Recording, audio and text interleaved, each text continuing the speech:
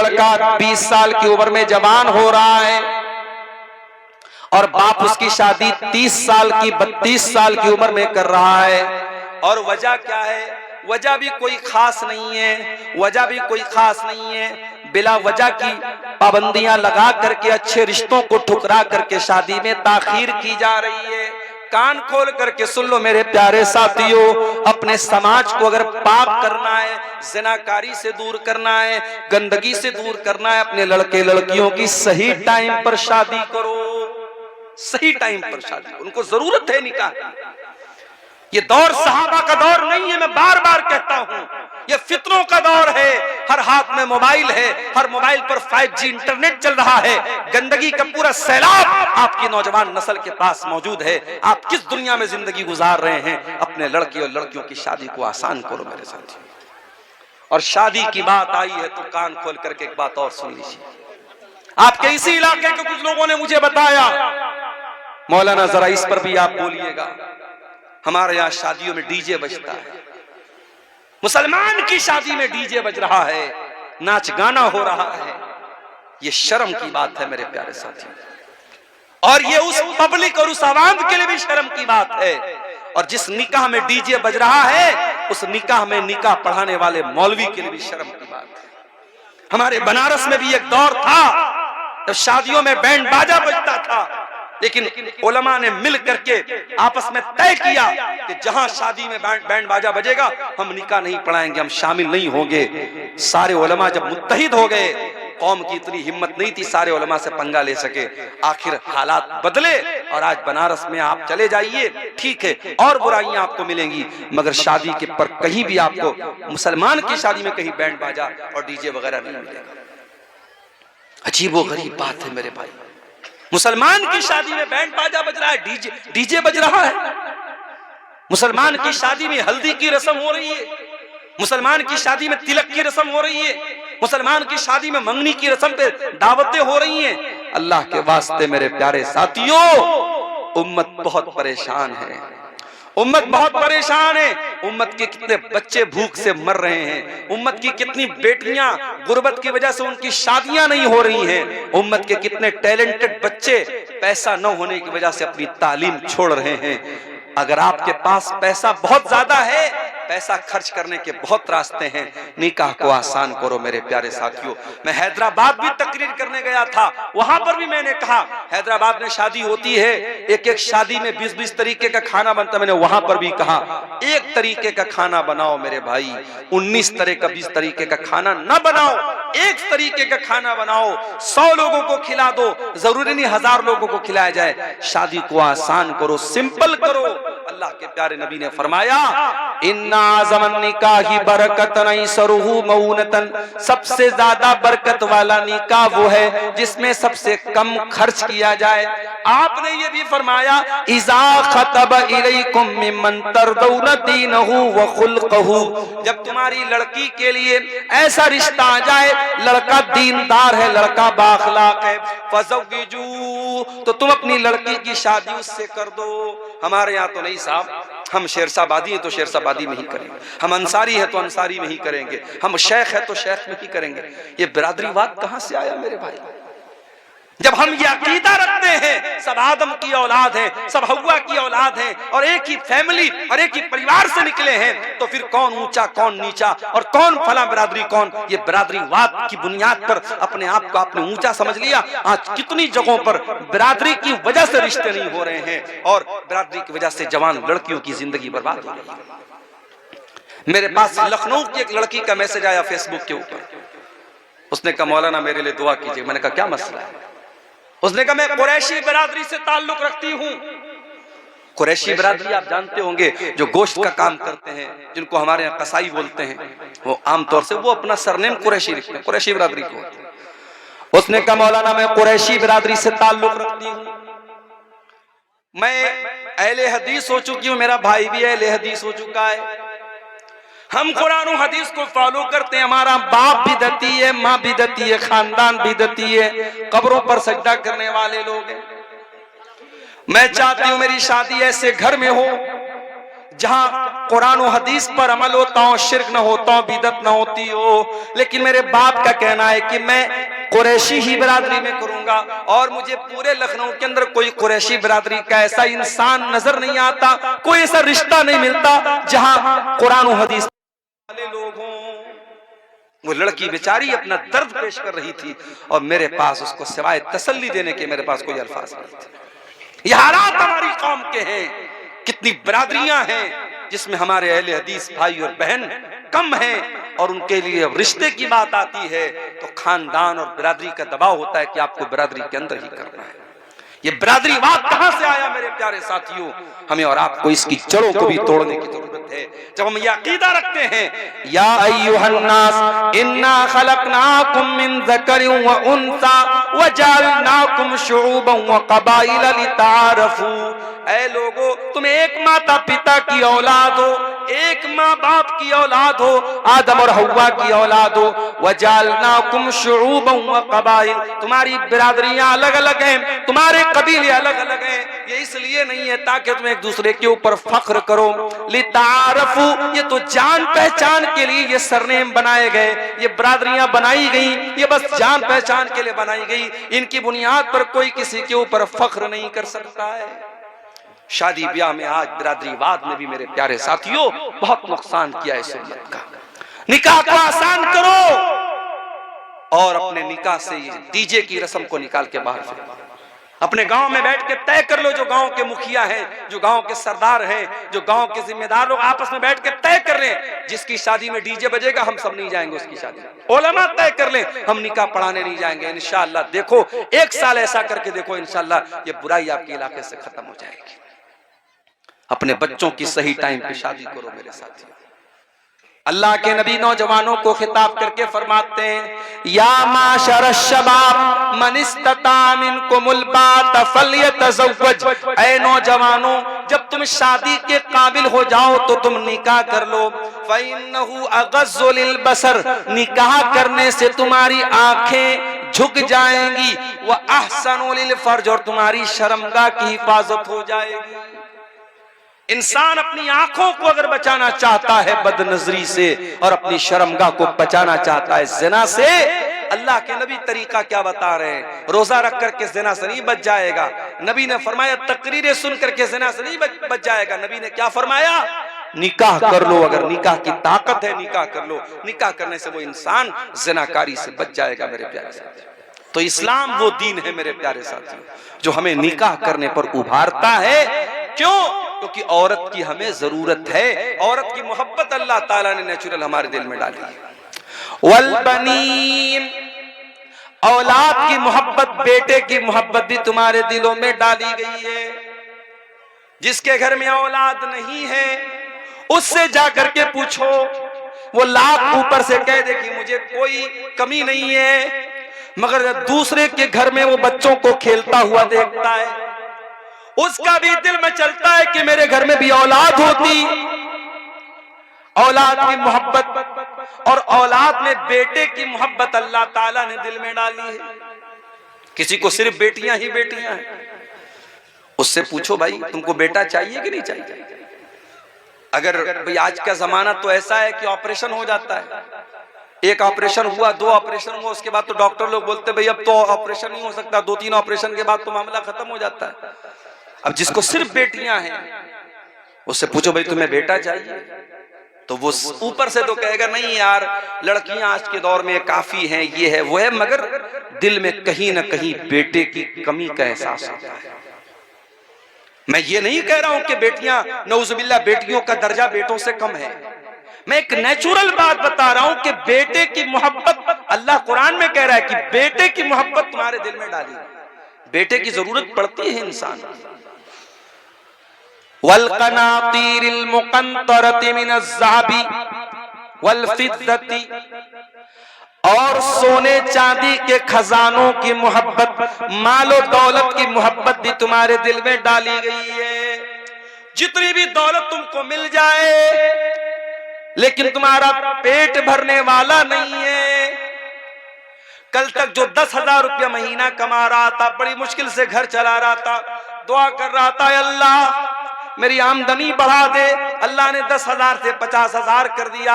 अब 50,000 पे तो उसका पेट भर जाना चाहिए, मगर 50,000 पर भी पेट नहीं भरेगा। 1,00,000 हो गई, अब तो पेट भर जाना चाहिए, 1,00,000 से भी पेट न भरा। अल्लाह के नबी फरमाते हैं लौ कान लिब्न आदम वादियान मिन ज़हब, अगर आदम के बेटे के पास सोने की 2 वादियां आ जाए, लबतगा सालिसन, तो वो तीसरे की तमन्ना करेगा, उसे तीसरी भी चाहिए। 2 वादी मिल गई, सोने के 2 पहाड़ मिल गए, उससे पेट नहीं भरेगा, उसे तीसरी भी वादी चाहिए, तीसरा भी पहाड़ चाहिए। और आगे अल्लाह के नबी फरमाते हैं वला यमलउ जौफ इब्न आदम इल्ला तुराब, इंसान के पेट को अगर कोई चीज भर सकती है तो कब्र की मिट्टी भर सकती है। जब कब्र में जाएगा वही जाकर के पेट भरेगा, दुनिया में कभी पेट नहीं भर सकता। अल्लाह कह रहा है कि ऐ इंसान, तेरे दिल में माल की मोहब्बत, सोने की मोहब्बत, चांदी की मोहब्बत तेरे दिल में डाल दी गई। वल खैलिल मुसव्वमती, और इंसान के दिल में घोड़ों की मोहब्बत डाल दी गई है। घोड़े की मोहब्बत उसके दिल में डाल दी गई है। कैसे घोड़े? जो निशान लगे हुए घोड़े। अरब में एक घोड़ा होता था जिस पर निशान लगा होता था, वो बड़ा बेहतरीन घोड़ा होता था। उस जमाने की सवारी घोड़ा थी, आज के जमाने की सवारी कार है। अभी हैदराबाद में मेरा एक सफर था, एक मस्जिद में मेरा प्रोग्राम था। अब एक नौजवान का फोन आया, मौलाना मैंने नई गाड़ी खरीदी है, मैं आपको अपनी गाड़ी से मस्जिद तक लेके आना चाहता। अब मेरे जो मेजबान थे जो मुझे लेके गए थे, उन्होंने कहा मौलाना आपको मेरी गाड़ी से चलना पड़ेगा। मैंने कहा भैया किसी की भी गाड़ी से जाना तो है, चलो वो नौजवान बेचारा, नौजवान लड़का, उसने नई गाड़ी ली, चलो उसका दिल रख लेते हैं, उसका हौसला न टूटे। अब वो जो है साहब मर्सिडीज गाड़ी उसने ली थी। मर्सिडीज गाड़ी, पता नहीं, लोग बताते हैं कि 1-1.5 करोड़ की गाड़ी आती है। वो गाड़ी वो लड़का लेके आया, उसने कहा मौलाना आप बैठिए मेरी गाड़ी पर, मुझे बड़ी खुशी होगी। 1-1.5 करोड़ की लोग गाड़ियां लेते हैं मेरे भाई। गाड़ी और सवारी आज के जमाने में शान और शौकत और स्टेटस सिंबल बन चुकी है। अल्लाह ने कहा कि तुम्हारे दिलों में हमने डाला है घोड़े की मोहब्बत। उस जमाने की सवारी घोड़े थी, आज के जमाने की सवारी कार है, आज के जमाने की सवारी बाइक है। हमारा नौजवान लड़का बुलेट उसके हाथ में आ जाए और गांव में जब बुलेट चलाता है, ऐसा तेजी से वो बुलेट तो खड़खड़ खड़खड़ आवाज देती है और हॉर्न उसका बजता है, पूरे गांव में जो है अपना वो दबदबा कायम करते हुए गाड़ी से निकलता है, बाइक से निकलता है, 4 व्हीलर से निकलता है। तो इंसान के दिल में, उसके सीने में अल्लाह ताला ने सवारियों की मोहब्बत डाली। वलाना, और अल्लाह ताला ने इंसानों के दिलों में चौपाइयों की मोहब्बत भी डाली है। आप लोग गांव देहात के, आप ज्यादा अच्छी तरीके से समझते होंगे। गाय, बैल, बकरी, ये जो चौपाए होते हैं, जो लोग इसको पालते हैं, बड़ी मोहब्बत होती है अपने चौपाए से। वल हर्सी, और इंसान को अपनी खेती बाड़ी से बड़ी मोहब्बत होती है। 6 चीजों का नाम अल्लाह ने लिया। औरत की मोहब्बत तुम्हारे दिल में है, औलाद की मोहब्बत, बेटे की मोहब्बत तुम्हारे दिल में है, सोने चांदी की मोहब्बत तुम्हारे दिल में है, और घोड़े की मोहब्बत तुम्हारे दिल में है, चौपाए की मोहब्बत तुम्हारे दिल में, और खेती बाड़ी की मोहब्बत तुम्हारे दिल में डाली गई है। 6 चीजों का नाम लेने के बाद अल्लाह ने क्या फरमाया? ज़ालिका मताउल हयातिद दुनिया वल्लाहु इंदहु हुस्नुल माआब। ऐ मेरे बंदो, ये जमीन, ये जायदाद, ये औरत, ये दौलत, ये सब यहीं रह जाएंगे। अल्लाह के यहाँ बेहतरीन ठिकाना तुमको तभी मिलेगा जब तुम अल्लाह को खुश करोगे। ये सब तो दुनिया का सामान है, सब ठाट पड़ा रह जाएगा, जब लाद चलेगा बंजारा। कभी कब्र में आपका बेटा आपके साथ जाएगा क्या? नहीं जाएगा। आपका बेटा आपसे बहुत मोहब्बत करता है, आप मर जाएंगे, आपका बेटा आंसू बहाएगा, रोएगा, आपकी तारीफ करेगा। मगर आपका वो बेटा जो आपसे इतनी मोहब्बत करता है, वो बेटा भी आपकी लाश को 24 घंटे से ज्यादा अपने घर में नहीं रखेगा। 24 घंटे के अंदर कफनाएगा, मौलवी साहब को बुलाएगा, जनाजे की नमाज पढ़वाएगा, आपको कफन की 3 चादरों में लपेट देगा और आपको कब्रिस्तान ले जाकर के कब्र के हवाले कर देगा। आपकी औलाद, आपके रिश्तेदार सब आएंगे और आपको मिट्टी दे करके चले जाएंगे। हाथ झाड़ के चले जाएंगे, कोई कब्र में आपका साथ देने नहीं आएगा। मेरे साथियों,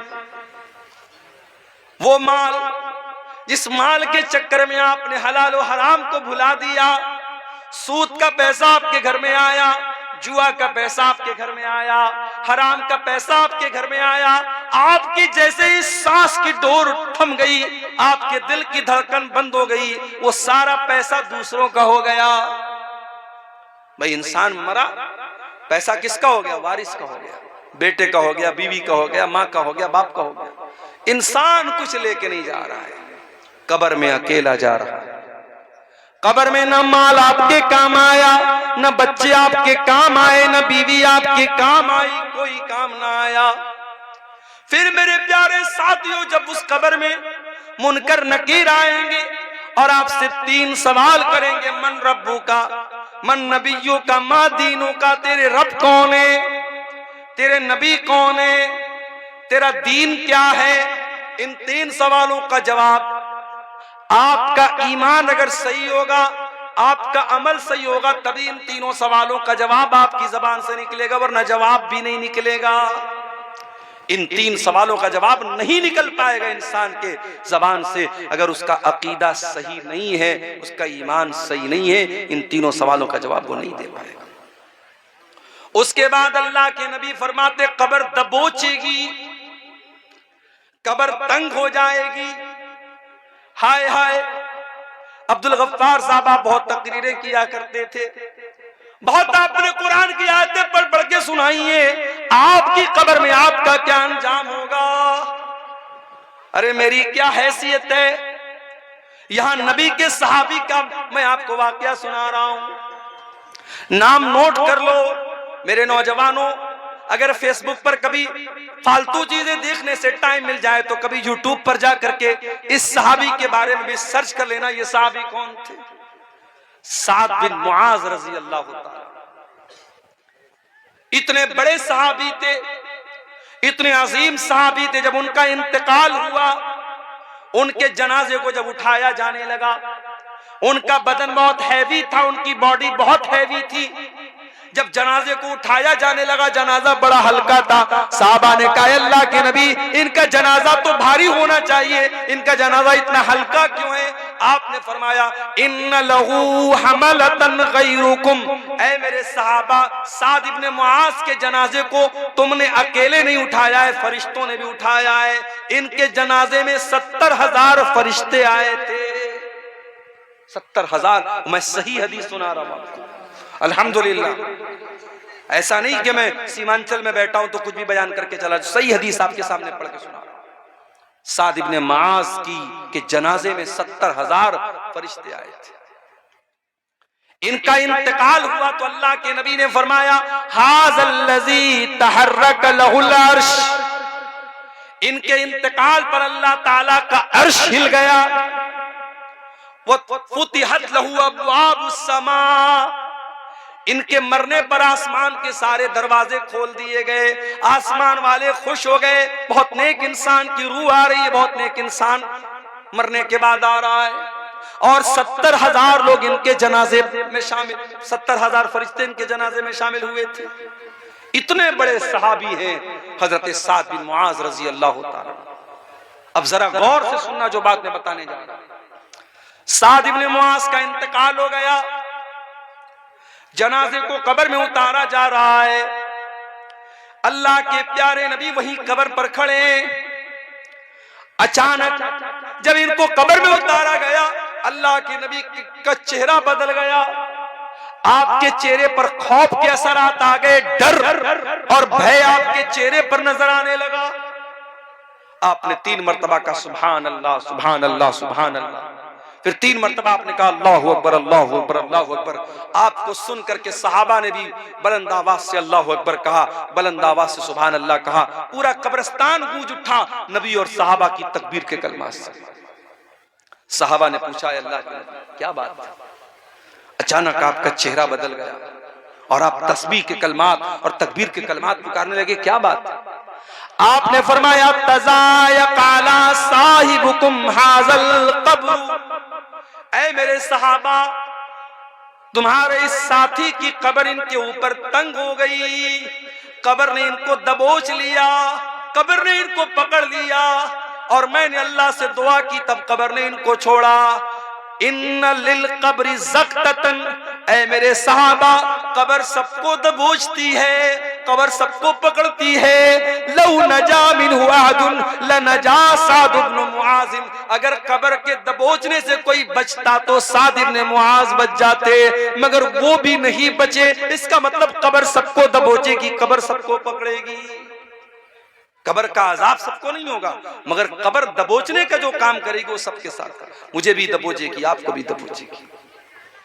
मालो दौलत की दौड़ में अंधाधुंध भागने वालों, दुनिया में जरा सी मुसीबत आ जाए तो उससे बचने के लाखों इंतजाम करते हो। कभी कब्र से, कब्र के अजाब से मेरे प्यारे साथी अपने आप को बचाने का भी इंतजाम करो।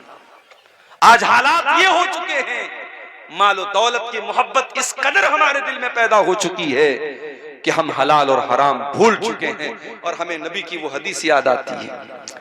क्या फरमाया अल्लाह के नबी ने, याती अलन्नासी ज़मानुन ला युबालिल मरउ मिन ऐन अखज़ल माल, एक ऐसा जमाना तुम पर आएगा जब लोग इस बात की परवाह नहीं करेंगे माल हलाल तरीके से कमा रहे या हराम तरीके से। हमारा नौजवान बिजनेस नहीं करना चाहता, हमारा नौजवान नौकरी नहीं करना चाहता, हमारा नौजवान मेहनत मजदूरी करना नहीं चाहता। वो चाहता है कि ड्रीम 11 पर जुआ खेल करके पैसा कमा ले, वो चाहता है कि आईपीएल में सट्टा लगा करके पैसा कमा ले, वो चाहता है कि ओजोन नाम की कोई कंपनी आ जाए, मेटा ओजोन नाम की कोई कंपनी आ जाए, क्रिप्टो करेंसी के नाम से कोई कंपनी आ जाए, और बैठे बिठाए पैसा लगा करके बैठे बिठाए रातों रात अमीर बन जाए। मेरे नौजवानों, अपने आप को काहिल मत बनाओ, अपने दिमाग को और अपने जिस्म को मेहनत पर लगाओ। इसी मुल्क में रतन टाटा का भी इंतकाल हुआ। बहुत छोटी सी शुरुआत की थी रतन टाटा ने, और आज उनकी कंपनी का एक ब्रांड बन गया। सड़क पर मारुति की गाड़ी भी आती है, होंडा की गाड़ी भी आती है, और टाटा की गाड़ी भी आती है। कभी आपने फर्क महसूस किया? टाटा की गाड़ी जब आती है, लोग कहते भाई साहब टाटा की कंपनी, टाटा की गाड़ी मजबूती में बेमिसाल होती है। मैं साउथ इंडिया में मैंने देखा कि लोग मारुति की गाड़ी नहीं खरीदते, फोर व्हीलर मारुति की बिल्कुल नहीं खरीदते। आंध्रा वगैरह में मैंने देखा। मुझसे लोगों ने कहा मौलाना कभी गाड़ी लेना टाटा की लेना, क्यों? बोले फैमिली के साथ आपको सफर करना है अगर हमेशा टाटा की गाड़ी लेना, क्योंकि टाटा की गाड़ी बहुत मजबूत होती है, बहुत परीक्षण होता है, बहुत जांच होती है, उसके बाद वो मार्केट में आती है। एक छोटी सी कंपनी खोली थी रतन टाटा ने, आज पूरे भारत का एक बड़ा ब्रांड बन गया। हम और आप भी ब्रांड बना सकते हैं मेरे साथी। हमारा भी कोई नौजवान अगर मेहनत और हिम्मत से काम ले, कल उसकी कंपनी का भी एक ब्रांड बन सकता है। और इस देश में हमने देखा मुकेश अंबानी, आज जिनके यहाँ शादी होती है तो करोड़ों खर्च करते हैं, उनके बेटे अनंत अंबानी की शादी होती है तो मीडिया में पूरा एक वावेला मच जाता है, साहब इतनी बड़ी शादी हो रही है। मुकेश अंबानी का बाप धीरू भाई अंबानी दुबई में लॉन्ड्री का काम करते थे। लॉन्ड्री का मतलब समझते हैं? होटल में आप जब जाते हैं, होटल के कमरे में आपका कपड़ा अगर धुलने के लायक होता है तो होटल वाले आपसे वो कपड़ा ले लेते हैं, कुछ चार्ज आपको देना पड़ता है और वो कपड़ा धुला जाता है। उस कपड़े की धुलाई का काम करते थे कौन? मुकेश अंबानी के जो बाप थे, जिनका नाम था धीरू भाई अंबानी। और उनके बाप ने फिर रिलायंस की कंपनी खोली थी, और उनके बाप ने ये सपना देखा था, अपने बच्चों से कहा था मैं चाहता हूं कि भारत में मोबाइल इतना सस्ता हो जाए कि पोस्ट कार्ड से भी सस्ता। उस जमाने में जब उन्होंने धीरू भाई अंबानी ने ये बात कही थी, मोबाइल बहुत कम था इंडिया में, और मोबाइल पर जब कोई कॉल करता था तो कॉल करने का भी पैसा बहुत ज्यादा लगता था और कॉल रिसीव करने का भी बहुत ज्यादा पैसा लगता था। और उस जमाने में पोस्ट कार्ड आता था 4 आने का, 25 पैसे का। तो किसी ने सोचा नहीं था कि धीरू भाई अंबानी का ये सपना भी पूरा होगा, लेकिन आज हो गया। आज तो आप रिचार्ज करा लेते हैं और अनलिमिटेड कॉल करते हैं। मेरे प्यारे साथियों, कारोबार करो, बिजनेस करो, हलाल तरीके से पैसा कमाओ। बहुत रास्ते हैं, ये सूद का धंधा न करो, ये ब्याज का धंधा न करो, ये हराम के रास्ते न अपनाओ। मेरा रब कुरान में कहता है, इन्नल्लज़ीना याकुलून रिबा ला यक़ूमून इल्ला कमा यक़ूमुल्लज़ी यतखब्बतहु शैतानु मिनल मस। जो लोग सूद और ब्याज खाते हैं वो कयामत के दिन इस तरीके से उठेंगे जैसे शैतान किसी को छू करके पागल कर दे। शैतान किसी को छू करके पागल कर दे, उस तरीके का हाल किसका हो जाएगा? ब्याज खोर का हो जाएगा। अब सुन लो, मौलाना इसहाक साहब ने कहा था, मौलाना आप सूद पर थोड़ा खुल करके बोलिएगा। अब कितना खुल करके बोला जाए मेरे साथ? सूद पर कितना खुल करके बोला जाए? ये सूद क्या है जरा इसको समझ लीजिए। मान लीजिए मैंने आपको 100 रुपया दिया, बहुत सिंपल तरीके से समझा रहा हूं ब्याज का मतलब आपको। मैंने आपको 100 रुपया दिया और 100 रुपया मैंने आपको उधार दिया, कर्ज के तौर पे दिया, और मैंने ये कंडीशन लगा दी कि आप मुझे वापस 110 रुपया देंगे। किसी को उधार देने के बाद उस उधार पर प्रॉफिट अगर कोई लेता है तो वही सूद और ब्याज। अगर मैंने आपको जमीन अपनी दे दी, जमीन मैंने आपको कर्ज के तौर पर दी, और उसके बाद जब वापस मैंने आपसे जमीन ली तो कुछ पैसा भी मैंने ले लिया या कुछ खेती बाड़ी में भी मैंने ले ली। अगर अपने सामान चाहे अपने कर्ज के तौर पे दिया हो या पैसा दिया हो, उस कर्ज के ऊपर कोई प्रॉफिट अगर आप ले रहे हैं तो वही सूद और ब्याज है। बिल्कुल क्लियर समझो। जैसे मुंबई वगैरह में एक शक्ल है, लोग मकान को क्या करते हैं, हैवी डिपॉजिट पर देते हैं। फजीलतुल शेख हजरत मौलाना मनीरुद्दीन साहब बंगाल डेरफुटिया साहब अपने क़यामगाह से निकल चुके हैं। कुछ ही देर में डाइस पर तशरीफ फरमा होंगे। मेरी माओ और बहनों से गुजारिश है कि वो अभी घर ना जाएं, जिसके इंतजार में आप बैठी हुई थी वो बस चंद लम्हे में स्टेज में तशरीफ फरमा होंगे। मुंबई वगैरह में ये शक्ल राइज है कि लोग क्या करते हैं कि जमीन जो है हैवी डिपॉजिट पर देते हैं। मान लीजिए मेरे पास जमीन है, घर है, और आप मेरे पास आए, मौलाना साहब मैं आपका घर लेना चाहता हूं, रहना चाहता हूं। मैंने कहा ठीक है भाई, तुम 1 लाख रुपया दे दो। अब 1 लाख रुपया आपसे मैंने ले लिया और घर आपको मैंने दे दिया। आप रह रहे हैं मेरे घर में, जितने दिन तक आपकी मर्जी आप मेरे घर में रह रहे हैं, और जब आप वापस जाने लगेंगे तो मैं वो हैवी डिपॉजिट जो आपने मुझे दिया था 1 लाख रुपया, मैं आपको रिटर्न कर दूंगा। ये बिल्कुल हराम है, ये सूद की एक शक्ल है। बिल्कुल क्लियर इसको समझ लीजिए। चाहे खेती बाड़ी में आप ये काम करें, सामान में आप ये काम करें, जमीन में ये काम करें, अगर ये शक्ल है जिसमें कर्ज के ऊपर आप मुनाफा कमा रहे हैं तो ये ब्याज है। और ये कितना बड़ा गुनाह है। अल्लाह कुरान में कहता है, फ़इल्लम तफ़अलू फ़अज़नू बिहर्बिम मिनल्लाहि व रसूलिही। अगर तुमने सूद ब्याज का लेन देन बंद नहीं किया तो अल्लाह और उसके रसूल से जंग करने के लिए तैयार हो जाओ।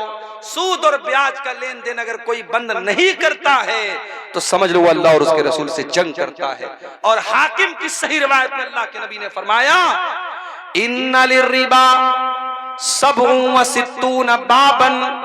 सूद के 70 से ज्यादा दरवाजे हैं। आई सरुहा अय्यन की हर रजुल उम्महू, इसमें सबसे हल्का दर्जा यह है कि इंसान अपनी सगी माँ से शादी कर ले, अपनी सगी माँ से निकाह कर ले, अपनी सगी माँ से ज़िना कर ले।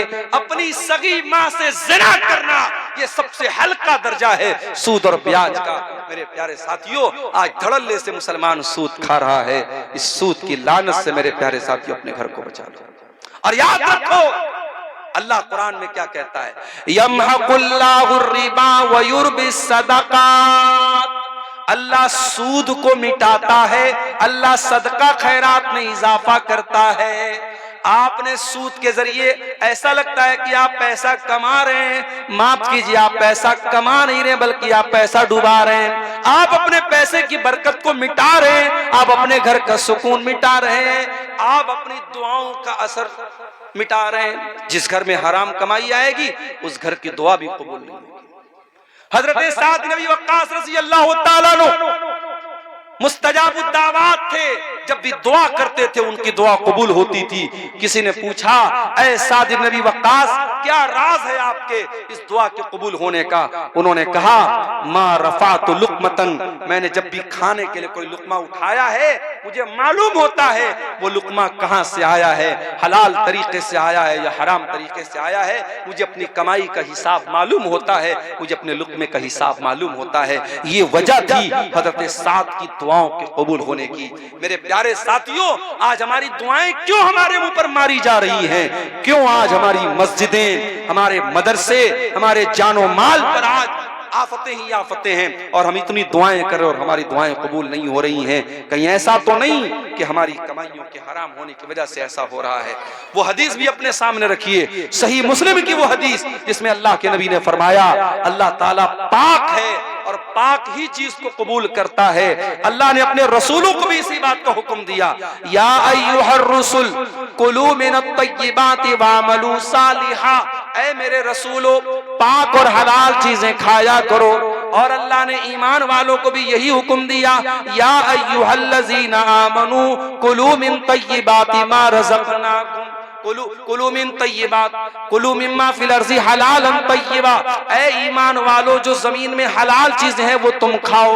ईमान वालों को भी हलाल खाने का हुक्म दिया और रसूलों को भी हलाल खाने का हुक्म दिया। उसके बाद अल्लाह के प्यारे नबी फरमाते हैं, एक इंसान बड़ा लंबा सफर करके आता है, उसके बाल परा गंदा हो जाते हैं, उसके कपड़े मैले कुचैले हो जाते हैं और वो हाथ उठा उठा के दुआ करता है, या रब्बी, ऐ मेरे रब, ऐ मेरे रब कह के दुआ करता है। वो मत अमहू हराम, लेकिन उसका खाना हराम कमाई का, उसका पानी हराम कमाई का, उसका लिबास हराम कमाई का। फअन्ना युस्तजाबु लिज़ालिक, ऐसे इंसान की दुआ कहां से? हमारे यहां हराम कमाई का एक तरीका और भी है, रिश्वत के जरिए पैसा कमाना। बहुत सारे लोग क्या करते हैं, दूसरे की जमीन हड़प ली, दूसरे का खेत हड़प लिया, अदालत तक मामला गया, उन्होंने वकीलों को रिश्वत दे करके, पुलिस वालों को रिश्वत दे करके अपने हक में, अपने फेवर में फैसला करा दिया। कान खोल करके सुन लो, रिश्वत के जरिए किसी का हक खाने वाला वो भी हराम खोर है। अल्लाह कुरान में कहता, वला ताकुलू अमवालकुम बैनकुम बिल बातिल, ऐ लोगो, ऐ ईमान वालो, एक दूसरे का माल नाजायज तरीके से न खाया करो।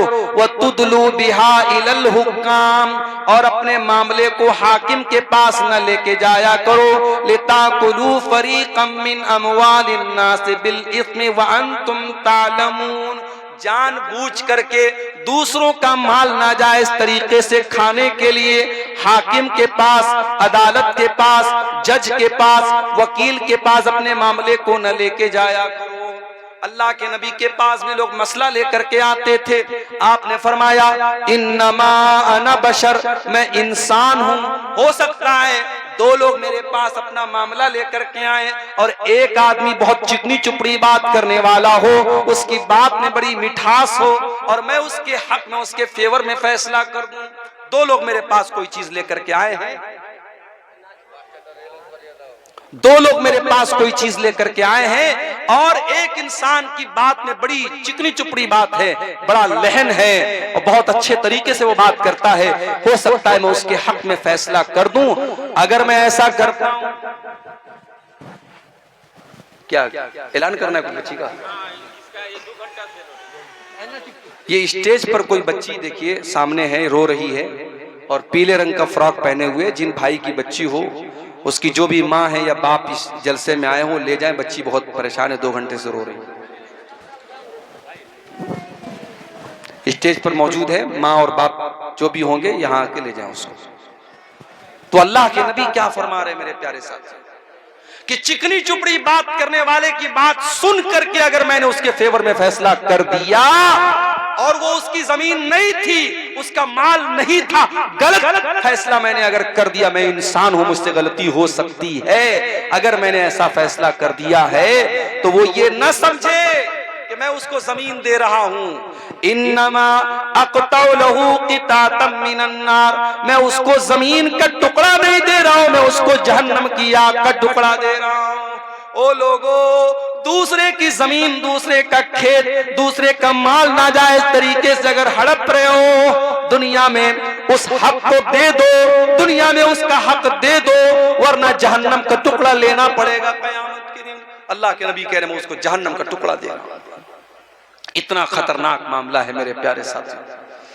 इसलिए हराम कमाई की जितनी शक्लें हैं, ये जुआ की भी बहुत सारी शक्लें चल रही हैं। और अभी तो मुझे बाज लोगों ने बताया कि कब्रिस्तान तक में लोग बैठ करके जुआ खेलते हैं। कब्रिस्तान जो इबरत की जगह है, मुर्दों के दफनाने की जगह है, वहां पर भी बैठ करके लोग जुआ खेलते हैं। दिल इतना कठोर हो चुका है। जुआ खेलने के नए नए तरीके अपनाए जा रहे हैं, शराब पीने के नए नए तरीके अपनाए जा रहे हैं, नशा करने के नए नए तरीके अपनाए जा रहे हैं। याद रखो मेरे प्यारे साथी, नीतीश कुमार जी शराब पर पाबंदी लगाएं या न लगाएं, बिहार की गवर्नमेंट शराब पर पाबंदी लगाए या न लगाए, आपके इलाके की पुलिस शराब पर बैन लगाए या न लगाए, मोहम्मद रसूलुल्लाह 1400 साल पहले शराब पर बैन लगा चुके हैं। मेरा रब कुरान में लगा चुका है और अल्लाह कुरान में आयत नाजिल कर चुका है, या अय्युहल्लज़ीना आमनू इन्नमल खम्रु वल मैसिरु वल अंसाबु वल अज़लामु रिजसुम मिन अमलिश शैतान। ऐ ईमान वालो, शराब और जुआ गंदी चीज है, शैतान का काम है, इनसे बचो तभी तुम कामयाब हो सकते हो। इन्नमा युरीदु शैतानु अन युक़िया बैनकुमुल अदावत वल बग़ज़ा फिल खम्रि वल मैसिर। जहां शराब आएगी, जहां जुआ आएगा, वहां लड़ाई होगी, वहां झगड़े होंगे। कितने मर्डर हो जाते हैं आज, कितने कत्ल हो जाते हैं इस शराब की वजह से और इस जुए की वजह से। भारत सरकार का डाटा बता रहा है, भारत सरकार की और रोड का जो मंत्रालय है, परिवहन मंत्रालय, वो बताता है कि भारत में रोड एक्सीडेंट्स की सबसे बड़ी वजह क्या है? नशा है, शराब है। इसीलिए आप किसी बड़े शहर में चले जाएं, दिल्ली में, मुंबई में, रात में अगर आप 4 व्हीलर पे निकलेंगे, कार पे निकलेंगे, बार बार पुलिस वाले चेक करते हैं कि कहीं ड्राइवर शराब तो नहीं पी के आया है। कितने हादसे होते हैं शराब की वजह से। मेरे प्यारे साथियों, जिस चीज को इस्लाम ने हराम करार दे दिया है, वो चीज हमारे लिए कभी भी फायदेमंद नहीं हो सकती है। ये शराब और ये जुआ हमारी कौम को बर्बाद कर रहा है। और अब तो शराब तो बहुत छोटी चीज हो गई मेरे साथियों, अब तो आपका नौजवान ड्रग्स ले रहा है, ऐसा ऐसा पाउडर इस्तेमाल कर रहा है कि आप सोच नहीं सकते हैं। मुंबई के बाज इलाकों में मुझे भाइयों ने बताया, वहां एक पाउडर आता है, उसको एमडी बोलते हैं, बड़ा खतरनाक किस्म का नशा होता है। और जो नौजवान एक बार उस नशे का आदी हो जाता है, फिर वो नशा छोड़ना उसके लिए बहुत मुश्किल होता है। और इतना खतरनाक वो नशा है कि पूरी बॉडी को, पूरी अकड़ियों को गला के खत्म कर देता है। हमारे नौजवान गुटखा खाते हैं। गुटखा, मैं ये नहीं कहता कि जो मसला शराब का है वही मसला गुटखा का है। शराब अपनी जगह है, गुटखा अपनी जगह है, मगर हराम तो गुटखा भी है ना। क्यों? इसलिए हराम है। उस गुटखा के अंदर अगर नशा न भी हो, इसलिए ये हराम है क्योंकि ये आपके शरीर को खोखला कर रहा है। जब उस गुटखे के पैकेट पर ये लिखा है कि टोबैको कॉजेस कैंसर, तंबाकू से कैंसर हो सकता है, जब गुटखा के ऊपर खुद सरकार ने लिखवाया है और गुटखा कंपनी ने लिखवाया है, और आप उस गुटखे को खा करके अपने आप को कैंसर के हवाले कर रहे हैं। माफ कीजिए, ये शरीर, ये जिस्म, ये अल्लाह ताला ने अमानत के तौर पे दिया है। इस शरीर को बर्बाद करने का हमें और आपको कोई अधिकार नहीं है। इसलिए मेरे साथियों, मेरे नौजवान साथियों, गुटखे से भी अपने आप को दूर रखो, शराब वगैरह से भी दूर रखो, हर उस चीज से दूर रखो जो आपकी बॉडी और आपके शरीर को नुकसान पहुंचाने वाला। और आगे बढ़िए, एक और चीज जो हमारे समाज को बर्बाद कर रही है बड़ी तेजी के साथ, मर्द और औरत के नाजायज ताल्लुकात, जिनाकारी और बदकारी समाज को बर्बाद कर रही है, रिश्तों की मर्यादा को बर्बाद कर रही है।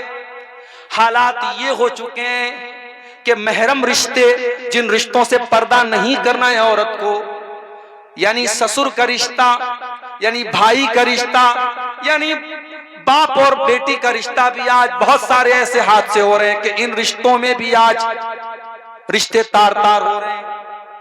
इस कदर लोगों के दिमागों में गंदगियां भर दी गई हैं कि आज महरम रिश्तों के साथ भी ज्यादती हो रही है, 5-5 साल की बच्चियों के साथ ज्यादती हो रही है। ओ लोगों, याद रखो, सरकार कानून तो बना लेगी मगर कानून को जमीन पर लागू कौन करेगा? दिल्ली में चलती बस में जब एक लड़की के साथ रेप हुआ, पूरे भारत में बड़ा बवाल हुआ, मीडिया में बड़ा बवाल हुआ। निर्भया कांड आपको याद होगा। निर्भया कांड के बाद बहुत कानून सख्त किया गया, लेकिन आज भी जिना के वाकयात भारत की धरती पर हो रहे हैं। कलकत्ता की सरजमीन पर एक लेडी डॉक्टर के साथ बड़ी बेरहमी से न सिर्फ रेप किया गया, उसके जिस्म पर कितने हमले किए गए, उसके जिस्म पर कितने चाकू से हमले किए गए, और रेपी जब पकड़ा गया उसके चेहरे पर जर्रा बराबर भी अफसोस और नदामत नहीं था। ओ लोगों, याद रखो, तुम कानून तो बना लोगे, तुम पुलिस का सिस्टम तो मजबूत कर लोगे, मगर दिल में अल्लाह का डर जब तक पैदा नहीं होगा, ये क्राइम नहीं रुकेगा, ये अपराध नहीं रुकेगा। जब तक ये एहसास पैदा नहीं होगा, मालिक यौमिद्दीन, हमें उस अल्लाह को जवाब देना है जो हिसाब के दिन का मालिक है, जो बदले के दिन का मालिक है, और कयामत के दिन अपने हर करतूत का बदला हम सबको देना पड़ेगा। जब तक हमारे दिल में ये एहसास पैदा नहीं होगा, तब तक ये अपराध रुकने वाले नहीं है, क्राइम रुकने वाले नहीं है। नबी की अदालत में एक आदमी आता है, नाम है माइस बिन मालिक असलमी, और वो आकर के कहता है, अल्लाह के नबी, मैंने जिना किया है, मैं शादीशुदा इंसान हूँ, मैंने जिना किया है, अय अल्लाह के नबी मुझे पता है जिनाकार की सजा सजाए मौत है, अय अल्लाह के नबी मुझे पत्थरों से मार मार के खत्म कर दीजिए, मुझे सजा दे दीजिए, मुझे पाक कर दीजिए। नबी ने टाल दिया। नबी ने कहा, जाओ, पता नहीं तुम क्या बात कर रहे हो। नबी ने टालने की कोशिश की, वो फिर बार बार आकर के कहने लगे, अय अल्लाह के नबी मुझे टालने की कोशिश न कीजिए, मुझे सजा दीजिए। आपने सहाबा से कहा, जरा इनके मुंह के पास जाके जरा सूंघ के देखो, कहीं शराब तो पी के नहीं आए हैं, कहीं नशे की हालत में तो नहीं है। सहाबा ने सूंघ के देखा, कहा, अल्लाह के नबी नशे की हालत में नहीं है। आपने अड़ोस पड़ोस से पता लगवाया, दिमाग तो खराब नहीं हो गया है, दिमाग तो सही तरीके से काम कर रहा है। सहाबा ने रिपोर्ट दी, हाँ अल्लाह के नबी दिमाग बिल्कुल सही काम कर रहा है। जब हर तरीके से इत्मीनान हो गया, अल्लाह के नबी ने देखा, अभी ये खुद आकर के इकरार कर रहे हैं, मैंने जिना किया है, और जो है कोई दिमाग भी नहीं खराब है, कोई नशा भी नहीं किया है। आपने जमीन में गड्ढा खोदने का हुक्म दिया, आधा धड़ उनका जमीन में डाला गया, और पत्थरों से मार मार के उनको खत्म किया गया। जब पत्थरों से मारा जाने लगा, सहाबी को जब मारा जाने लगा, सजाए मौत जब दी जाने लगी, तो गालिबन हजरत उमर फारूक रज़ी अल्लाह ताला अन्हु उन्होंने एतराज किया था। जब उनके इंतकाल के बाद अल्लाह के नबी ने उनकी जनाजे की नमाज पढ़ाने का इरादा किया आपने, तो हजरत उमर ने कहा कि एक जानी इंसान की आप जनाजे की नमाज पढ़ाएंगे? तो अल्लाह के नबी ने फरमाया कि ऐ उमर इब्ने खत्ताब, इन्होंने इतनी सच्ची तौबा की है, अगर मदीना के 70 गुनहगारों में इस तौबा को तकसीम कर दिया जाए तो 70 गुनहगारों के लिए तौबा काफी हो जाएगी। मेरे भाइयों, ये तौबा का एहसास तब दिल में पैदा होता है जब इंसान के दिल में अल्लाह का डर पैदा होता है। ये जिना नहीं रुकने वाला है, ये अपराध नहीं रुकने वाले हैं। इसीलिए मैं कहता हूं, तकरीरों के जरिए काम नहीं बनेगा।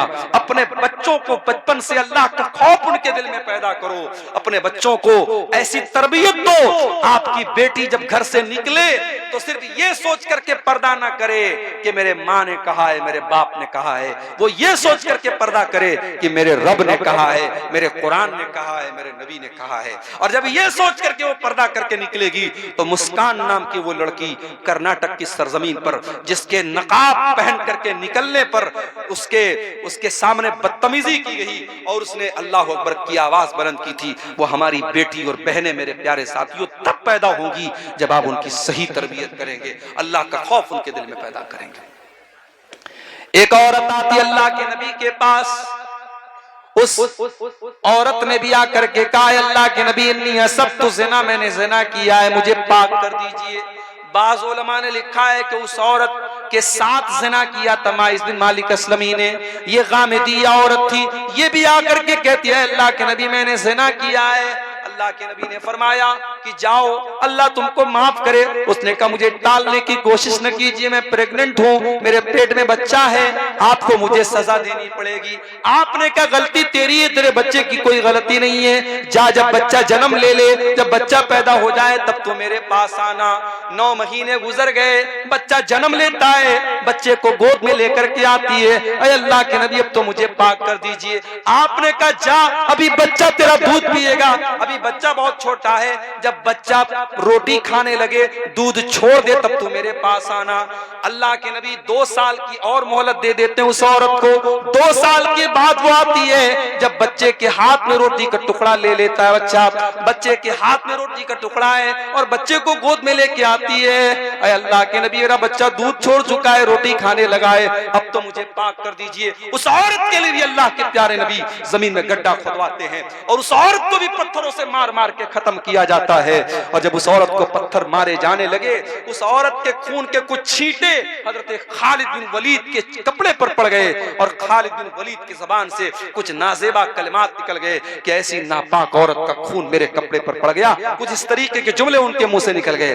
अल्लाह के नबी ने फरमाया महलन या खालिद, ऐ खालिद खबरदार, अपनी जबान को कंट्रोल करो, अपनी जबान को लगाम दो। लक़द ताबत तौबतन लौ ताबहा साहिब मुहसिन लगुफिर लहू। ऐ खालिद, इस औरत ने इतनी सच्ची तौबा की है, अगर कोई डाकू और कोई चोर भी ऐसी तौबा करता अल्लाह उसकी तौबा कबूल कर लेता। मेरे प्यारे साथियों, हम आज अगर इन गुनाहों से बचना चाहते हैं तो हमें और आपको अपने दिल में अल्लाह का खौफ पैदा करना पड़ेगा। और मेरे अजीजों, आखिर में यही गुजारिश करना चाहता हूं कि अपनी नौजवान नस्ल को ये मदरसा मिफ्ताहुल उलूम जैसे मदरसे या आपके बच्चों को और आपकी बच्चियों को जो दीनी तालीम दे रहे हैं, इनको कुरान और हदीस सिखा रहे हैं, ये हमारी बुनियादें हैं मेरे भाइयों। इन बुनियादों को सींचना, इनको कायम रखना हमारी और आपकी जिम्मेदारी है। इनको जरूर कायम रखिए और अपने बच्चों को अल्लाह का खौफ उनके दिल में पैदा कीजिए। हम अल्लाह से दुआ करते हैं रब्बुल आलमीन हमें हर किस्म की बुराई से, हर किस्म की हराम कमाई से, हर किस्म की बुरी आदत और लत से अल्लाह ताला हम सब की हिफाजत फरमाए। अल्लाह ताला जब तक दुनिया में जिंदा रखे, इस्लाम पर जिंदा रखे और हम सब का खात्मा ईमान पर हो।